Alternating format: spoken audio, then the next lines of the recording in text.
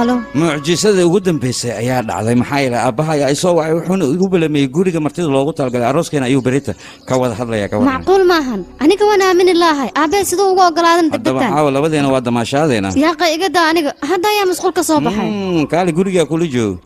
wariya okay turukada aad isku qurxisaan gabdhiina mii sheegi kartaa inaan ogaadaan rabaa dumarka waxay isku qurxiyaan waa sir in la sheegan lama ogolo shaambada aad ku qubaystid waa naxay adiga teeda ka baxay adiga maxaad ku qubaysataa aniga maalintan ku batay ilaa iyo maanta jirkayga nirima shaamba ayaan ku qubaystaa ukaadi joog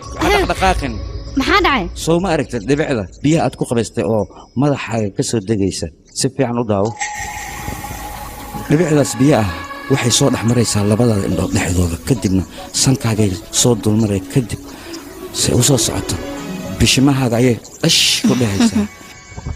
dhibicdaas biyahana ma istaagayso waxay soo mareen dhuuntaada quruxda badneed markay soo gudubto waxay soo dhex maraysaa wadnahaaga dhinaciisa si ay u soo socoto akhiiranka waxay ku soo dhammaynaysaa xundurtaada